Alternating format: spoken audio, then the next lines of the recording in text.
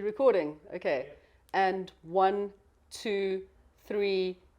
Thanks, guys. There we go. Yeah, you're recording too. Well, hello. Oh, it's so nice to be back on the couch with my favorite guy. I've missed you. Oh, He doesn't look very chuffed about it. well, that's very nice of you. Okay. It's good to see you. Thank you. It's nice Yes. to be here. I'm trying to convince him to come out into the garden with me, lead him down the garden path. You're right. He doesn't look particularly thrilled by that. But I have somebody else who can lead us down a garden path today. Yes.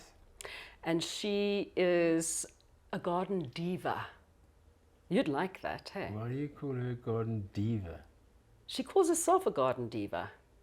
Why does she call herself a diva? What's a diva got to do with a garden? Well, you're going to have to ask her. Why don't you ask Lizette Yonker? Hello, Lizette Yonker. Hi, Jeremy. How are you today? I'm all right, thank you.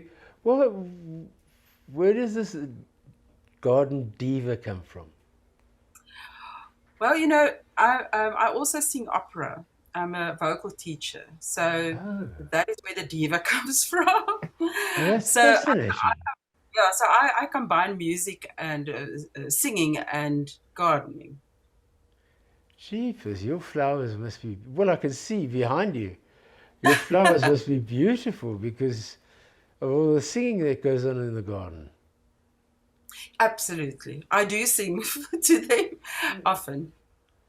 Well, there's nothing wrong with singing to your flowers and talking to your plants. I mean, one should do that. If it's good for Prince Charles, it's good for everybody, I think.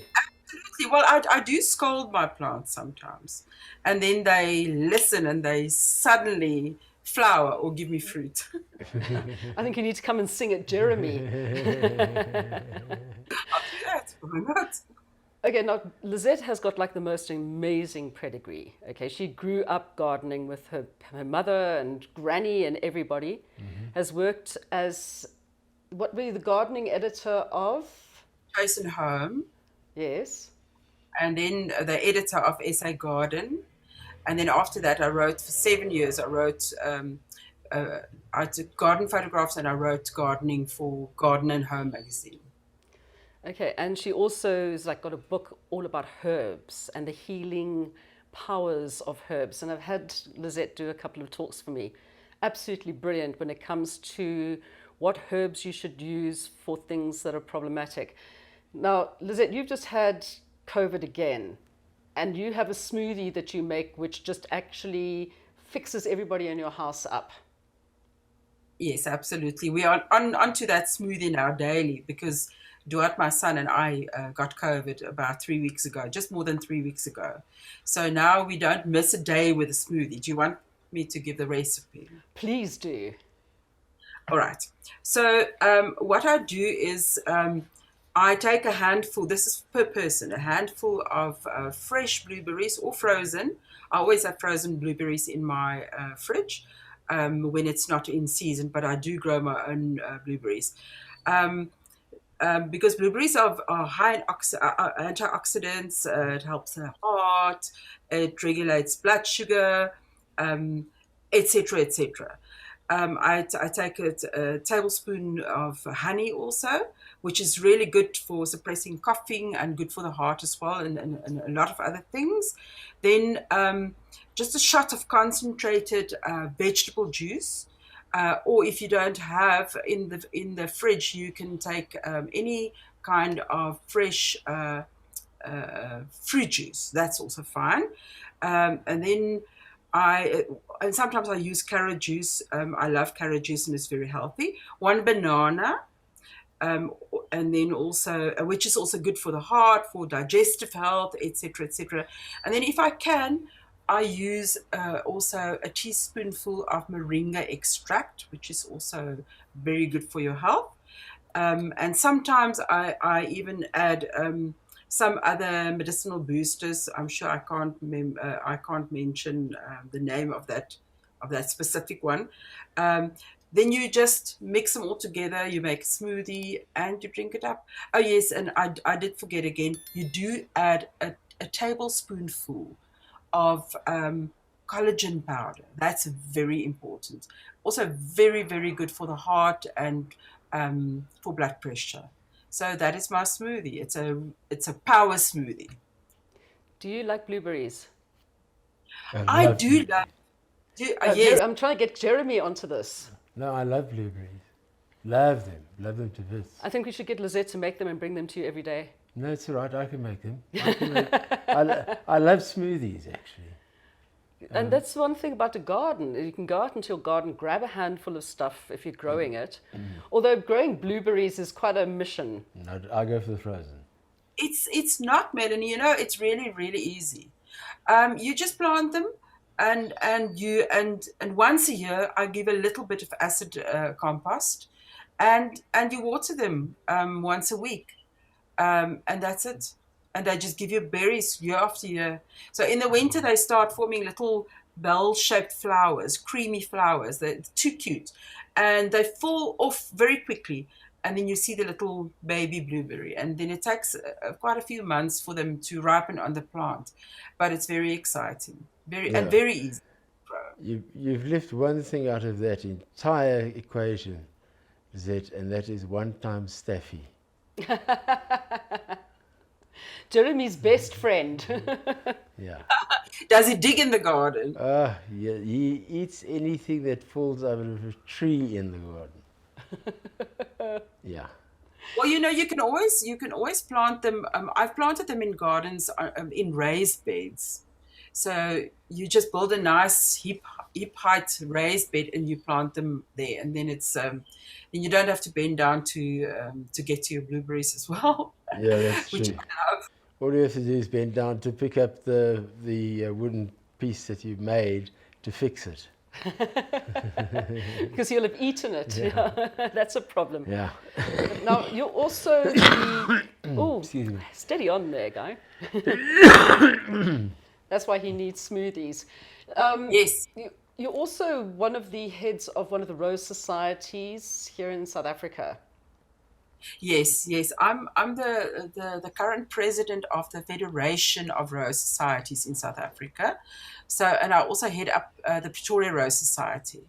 So, it's just people who love roses really, and there are 6 societies in South Africa. Yes, we get together. We see the most wonderful gardens in South Africa. We visit the rose farms, and we buy roses together, and we give each other advice on growing roses, because roses can be tricky. I do advise my members which roses to buy, because today the choice of roses is really very important, because some roses are bred to be disease resistant. And I have to confess that I only plant those roses. I hate just spraying all the time and so forth, because if you choose some of the really old roses that are firm favorites that we all grew up with in our granny's gardens, those are roses that unfortunately they get fungus, black spots, and so on, and you have to spray them all the time. And I just don't like insecticides, and I try to garden organically. And then you need a rose that's been bred to be a strong plant and to be disease resistant. That's it. I want to come back to those flowers in the background there. I want you to put them in the foreground and Absolutely. explain them to me. Okay. What are Oh, they? those are Ooh, beautiful. gee. Oh, look, we've got dahlias as well. Woohoo! That's a huge dahlia. You should have known. Yeah, so this one, I took one of these. I'm gonna just take them out. This is a small one of the one that I brought to you last talk, Melanie. This is Bodacious. So this was I brought a really big one to the talk. The biggest one here is this pink one in the front. Yeah. It's really as big as my face. So this is called Vasio Megos. The one just above her is a two-tone. It's my favorite color combination. It's cream and pink. this is a deco dahlia. I've got lots of little pink ones. Well, not so little here in the back. Let me just show you some of the roses. It's a big rose. This is called Valencia, really big rose. It's Um, huge. yes, this one is called Marshmallow Panerosa. It's also really very big. There's a one here. This one is my mom's rose. This is called Jean Yes, because her Gelder. mom's got one named after her. Okay. She's a author of a children's book, and when I became editor of SA Garden, I begged Ludwig to name a rose for my mom. Look at this little one. It's so cute, and it's got a little white pointy. It's like white on the edges. This rose is very interesting. It has many petals, and it's called 50 Shades of Grey. But that's not grey. No, but it's sort of a grayish lavender color. That's where it's got its name from. Here at the back, this is called Mac Hardy. This dahlia is called Lavender Perfection. So yes, and these are not all my dahlias or all my roses. Um, I just want to know what she's got going in her garden because look at the size of those Yeah, things. yeah. It's like you put it on steroids. No, actually not. We've got members in the Rose Societies that are really, they don't work and they have lots of time and they babysit their roses. I don't. I really don't have time. And, I buy the plants that I know that will be healthy to help me. And that doesn't mean they stay healthy. I do. Oh, I forgot about this one. Look, I must show you this one. Wow. Wow. This is really big also. So these big dahlias are called, it's a group of dahlias called dinner plate dahlias because they're as big as plates. That's the story behind that name. So yeah, this one is called cafe au lait, but I think it might not be the right cafe au lait. It's too cream. So you get very nerdy about plants, and I love bulbs. So I've been promised a bulb of the real cafe au lait by one of the Rose Society girls. And when I send down the Rosa annuals now, I promise you in those boxes will go a selection of bulbs and seeds too, because that's what we do. We give each other seeds and bulbs. It's very exciting. Well, that's the excitement in my life. Is that the excitement in your life, swapping seeds so with people? Melanie, I'm not even going to answer that. I didn't mean it like that. You're just disgusting child. I meant it like that. Yeah, you see. So if people want to join these societies, I mean, how do you go about doing it? How do you find them? Well, Rosa is the Federation of Rose Societies in South Africa. So Rosa has a Facebook page, and people can just go onto that Facebook page. It will say Rosa, and they can just send a message there via Messenger. They can contact me on my Facebook page, on Garden Divas Facebook page too, and I will immediately reply and send them the email addresses where they can just send an email. Do you have roses like that in your garden? No. Why not? Don't shout at me now. I'm not sure. I was very quiet. Yes. I think we're going to have to get into the garden and get like big flowers. Yeah, I've got big dahlias. The dahlias are Like fantastic. big dahlias. Dahlias Those are are- so easy to grow, and now almost within a few weeks because the plants are going down, you can see the leaves go a little bit browner because they sleep in the winter. So one of these days, well, in about June, then we can dig up the dahlia bulbs and they have lots of babies. So, and then you can, I just buy, when I buy a new dahlia, I buy one packet, which contains one bulb or two, maybe two if you're lucky. And that's all I do because I know they make babies.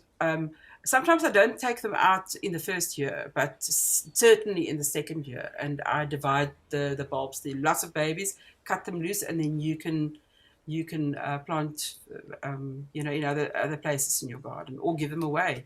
I often give away the bulbs. Well, I think you can give some of them to us because those look absolutely splendid. And if you're splitting and dividing, gosh, wouldn't you love to have a garden that looks like that? Yeah, yeah.